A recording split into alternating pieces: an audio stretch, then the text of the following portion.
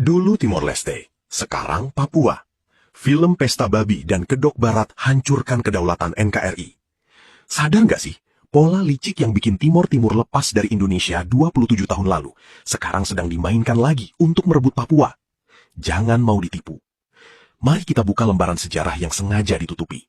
Pada Desember 1998, Perdana Menteri Australia John Howard mengirim sebuah surat rahasia yang sangat krusial kepada Presiden B.J. Habibie. Surat inilah yang memutar balik arah politik luar negeri Australia, dari yang semula mendukung kedaulatan Indonesia menjadi menuntut diadakannya referendum kemerdekaan di Timor Timur. Howard menyusupkan usulan licik agar Indonesia memberikan otonomi khusus jangka panjang yang berujung pada jajak pendapat pemisahan diri. Tapi taktik rahasia yang paling mematikan bukanlah militer, melainkan krisis finansial. Di tengah kehancuran ekonomi Indonesia pasca runtuhnya Orde Baru pada tahun 1998, International Monetary Fund atau IMF masuk sebagai algojo ekonomi yang memegang kendali penuh atas kedaulatan moneter kita. Begitu hasil referendum pada 30 Agustus 1999 menunjukkan 78,5% rakyat Timor Timur memilih menolak otonomi, Amerika Serikat di bawah Presiden Bill Clinton langsung menggunakan senjata finansial ini. Clinton mengancam akan membekukan seluruh bantuan dana darurat dari IMF dan Bank Dunia jika Indonesia tidak mengizinkan masuknya pasukan asing. Pemerintah Indonesia dipaksa bertekuk lutut karena tercekik utang, hingga akhirnya membiarkan pasukan Interfed yang dipimpin oleh Australia masuk mengamankan kemerdekaan Timor Leste. Ada pula keterlibatan aktor internasional lain, seperti Jepang yang menggelontorkan dana logistik sebesar 100 juta dolar AS, serta Portugal yang sibuk melakukan lobi diplomatik di Uni Eropa untuk memojokkan kedaulatan Indonesia. Pertanyaannya, kenapa Australia begitu bernafsu membantu kemerdekaan Timor Leste? Apakah karena kemanusiaan? Omong kosong. Jawabannya adalah minyak dan gas bumi. Sebelum Timor Timur lepas, Australia terikat perjanjian bagi hasil Timor Gap Treaty tahun 1989 dengan Indonesia. Namun, demi menguasai secara sepihak cadangan hidrokarbon raksasa tersebut tanpa harus berbagi dengan negara besar seperti Indonesia, Australia mengkhianati Jakarta. Tepat di hari pertama kemerdekaan Timor Leste, pada 20 Mei 2002, John Howard langsung mendatangi Dili untuk menandatangani Timor Sea Treaty, guna memuluskan eksploitasi raksasa energi Australia, Woodside Energy.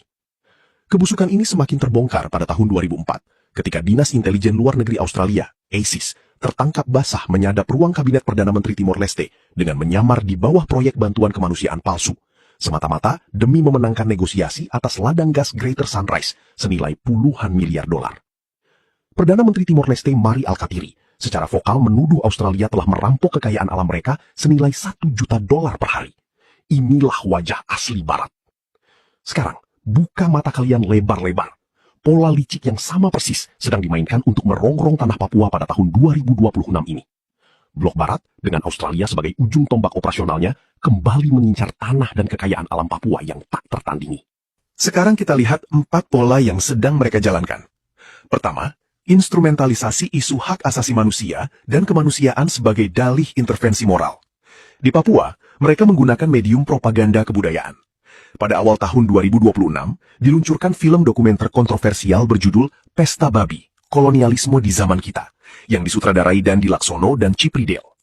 Film ini mengeksploitasi tradisi sakral suku Muyu untuk menyerang proyek strategis nasional, seperti lumbung pangan atau food estate dan kebun tebu bioetanol di Merauke, serta menggambarkan program ketahanan pangan Presiden Prabowo sebagai bentuk kolonialisme modern yang merusak ekosistem.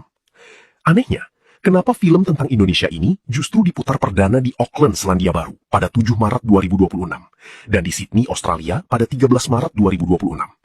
Screening di Sydney ini difasilitasi langsung oleh Diplomacy Training Program yang berafiliasi dengan Fakultas Hukum di University of New South Wales atau UNSW. Direktur eksekutifnya, Patrick Earl, secara terbuka menggunakan film ini untuk memojokkan kedaulatan Indonesia di mata internasional. Ini adalah pembentukan opini publik global agar dunia internasional merasa berhak merebut Papua demi alasan moral lingkungan. Pola kedua, pemanfaatan tekanan finansial dan penetrasi modal asing untuk menekan daya tawar pemerintah Indonesia. Karena ekonomi Indonesia tahun 2026 terlalu kuat untuk ditekan IMF secara langsung seperti tahun 1998, Barat menggunakan taktik perang asimetris baru, yaitu mendanai gerakan pembangkangan sipil dari dalam. Disinilah peran Yayasan Kurawal, Kurawal Foundation. Yayasan ini terafiliasi erat dengan Open Society Foundations milik miliarder global George Soros, serta menerima dana asing segar sebesar $535.000 AS dari David and Lucille Packard Foundation. Melalui skema Dana Cepat Tanggap Darurat atau DCTD, Kurawal bertindak sebagai penyedia dana logistik, perlindungan hukum, dan rumah aman bagi aktivis pro-separatis, jurnalis, serta LSM lokal yang vokal menolak seluruh pembangunan di Papua. Bahkan salah satu pimpinan di Kurawal adalah Made Supriyatma, peneliti yang berfokus pada gerakan separatis Papua. Kurawal secara konsisten menyusun laporan yang mendesak penarikan pasukan TNI dari Papua dan penghentian proyek ketahanan pangan. Sangat memuakkan.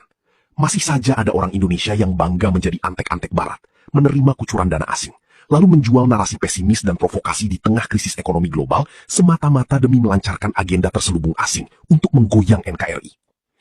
Pola ketiga dan keempat adalah nafsu imperialis penguasaan sumber daya alam serta keterlibatan lembaga akademis asing untuk melegitimasi separatisme.